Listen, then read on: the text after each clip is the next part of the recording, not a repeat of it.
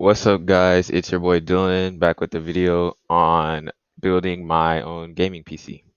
And without further ado, let's get right into it. I put my heart in this. Why does everyone think they're the hardest? Why do you speak for the sake of speaking? You don't even know what you're trying to describe. Honey, calm down, calm down. I was just trying to be nice. If that's how it's gonna be, your future might be really bleak. It's your fault that you feel your feelings. I'm not responsible for your losses. I'm not responsible for your problems. I was around back then, but I'm not around right now. Find someone else who will care. Find someone else who will help you while I'm on my business. I do what I want, no diddy. Who's gonna stop me, no diddy? You ain't that good to be silly. You're never for side, no diddy. I do what I want, no diddy. Who's gonna stop me, no diddy? It won't be you to be silly. You're never for side, no diddy. I do what I want, and who's gonna stop me? Will it be you or no, it won't. What do you want from me? Mind your own business and not my mind. Keep your distance and I'll keep mine. While you laugh for the sake of concentrate and educate yourself. 1, 2, 3, 4, 5, 6, 7, 8. Lord, oh my God, it's set when the battle is over. To start out the video, the first thing you want to do is open a browsing window and go to pcpartpicker.com, and you want to log in if you already have an account, or register if you don't already have an account. You can just click register and then put all your information in and get an account. And then so you can sign in, and then you go to builder at the top left, and then here you can see all the components of your PC that you can add. And towards the top here you have like their history of your parts and stuff like that. And so if you just like click on CPU, for example, you can scroll through and see all the different CPUs that you could choose, and then all the filter options you could do as well for the CPU that you want. So like if you're trying to find a specific CPU, you can use that. And then you can use the save as button to like save your build so that you can come back to it later if you need to. And so you could also name it, so like you could name it PC build 1, for example. And then you could allow it to be private, so like only you could see it, or not private, so like other people who use the website could see it. And you can also overwrite like past builds to like change like the parts that you have on there if you want to do that. And so that's that. And then if you scroll down, you're gonna see like the compatibility notes that it'll give you about the parts that you try to put in your build and if they can work. And so once you're done with that, you can go to your account, you can go to your profile, and then you can go to your save parts list and then choose the parts list that you saved, and then you could look at that there. And then you could also edit that part list if you want. Um, yeah, you could edit the details or you could edit the part list. And so for like this one, there's like the red compatibility, for example, saying that there's going to be a problem if I try to build it this way. And it's saying that there's going to be a USB problem that I'm going to run into if I try to build it that way. So that's a really helpful tool that you can use to get your PC components. So when you start thinking about the parts for your build, it's important to keep in mind your budget. So like how much you're going to spend on each part, and work around that budget to optimize the parts that you're going to use in the build to have a quality and good performing PC. And whether it be a high-end PC like this one,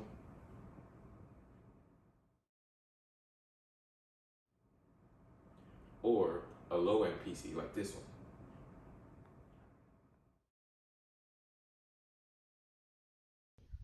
So you can build a low budget PC that still runs smoothly with good performance, but you just have to make sure you're getting a high performing CPU, GPU, and memory, because they're the three most important parts compared to all the other parts in your build. And for me, I copied a similar build to another person's PC I saw on YouTube, so you can do that too if you find something that looks good for you and you want to build it similarly. And now we're going to get into the actual building.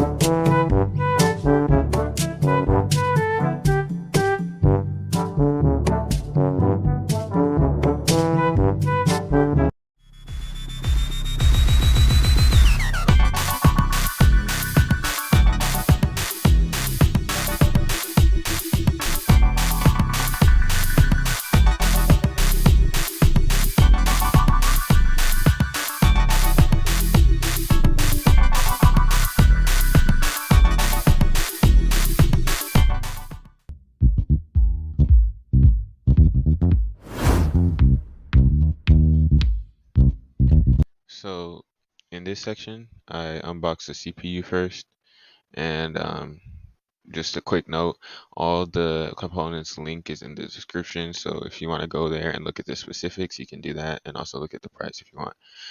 And then once I finish unboxing the CPU, I put it on my motherboard, and it's pretty simple. You just lift the hatch thingy and then put it in.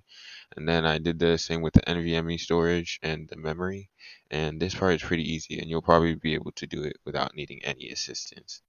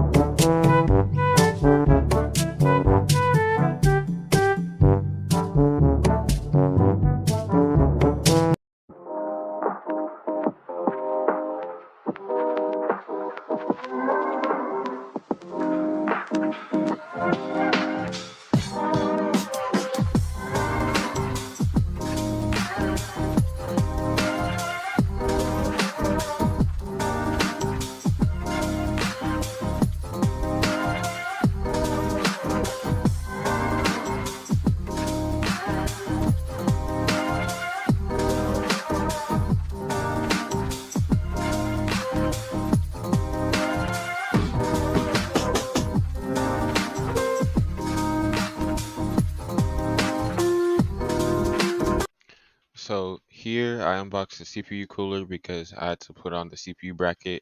I think it's something called like an LGA bracket or something, and like each motherboard has its own thing for the AIO. And I put it onto the motherboard so that the cooler will be able to hold onto the motherboard once the motherboard is inside the case.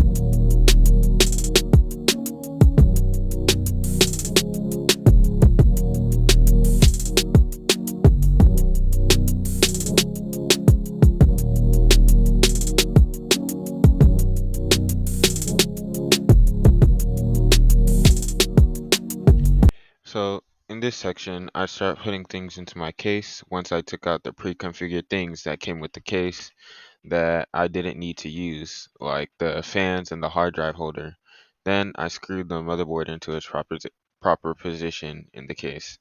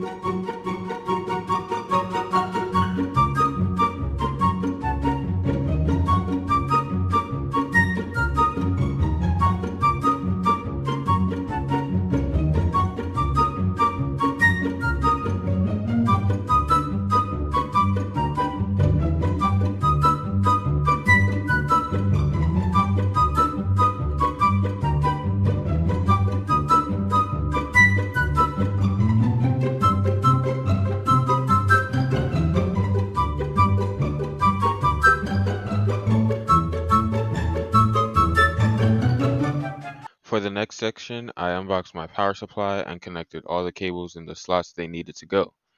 Two things to note. First, there's a certain side to each cable that has to go in certain places on the power supply unit box and the PC part that you want to plug in. And second thing to note is that if you have a modular power supply, that means that if you don't need to use a cable, you don't have to plug it in and you can just leave the hole empty. So like and most of the time that'll be like a cable for like extra hard drives or extra storage to like power those.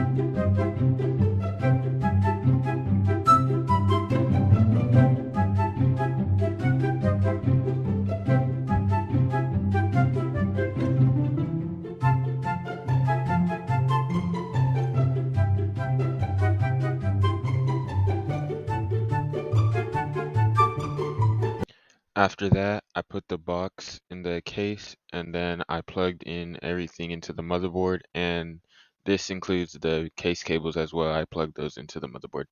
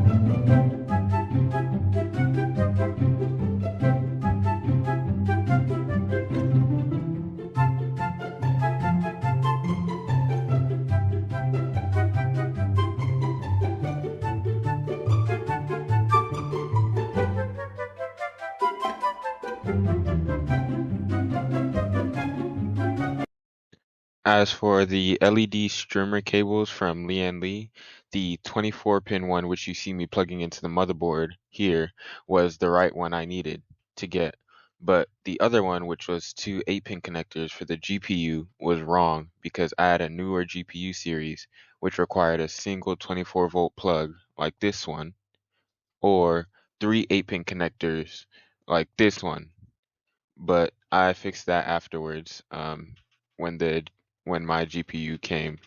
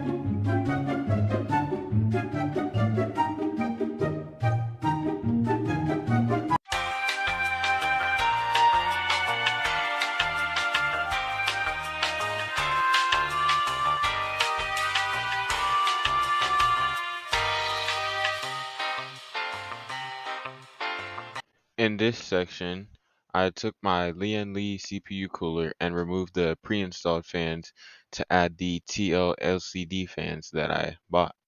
Then I put the case fans inside in the sides and the bottom of the case before putting in the CPU cooler at the top of the case.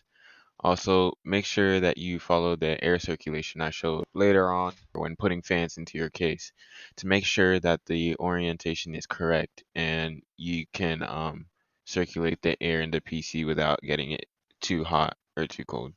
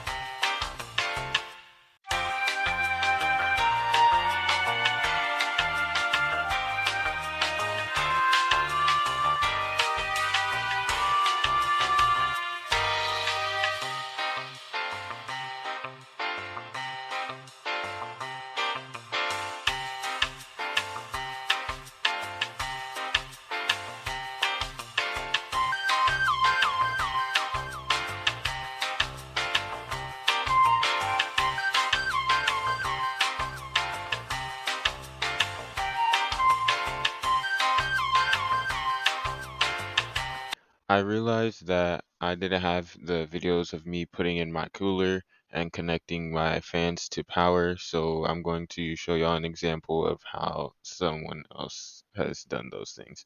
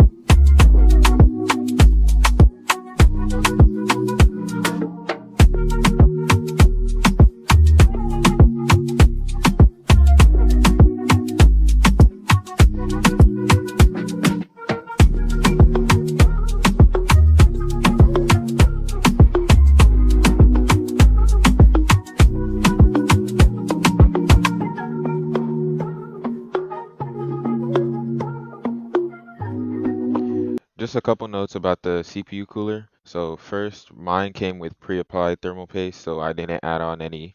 But note that not all coolers are the same, so pay attention to that when you get your cooler. Another thing is when you try to plug in the cables that came with the cooler, you only need to plug in the USB 2.0 header into the motherboard to control the lighting with Li software. But if you use the 5-volt ARGB connector to plug into your motherboard, you can control the lighting with your motherboard software. So for example, in my case, that'd be Asus Aurosync because I have an Asus motherboard. Essentially, just know the parts you're getting and how you can make a seamless build with all the parts working. And now I'm going to show the case fan installation and configuration.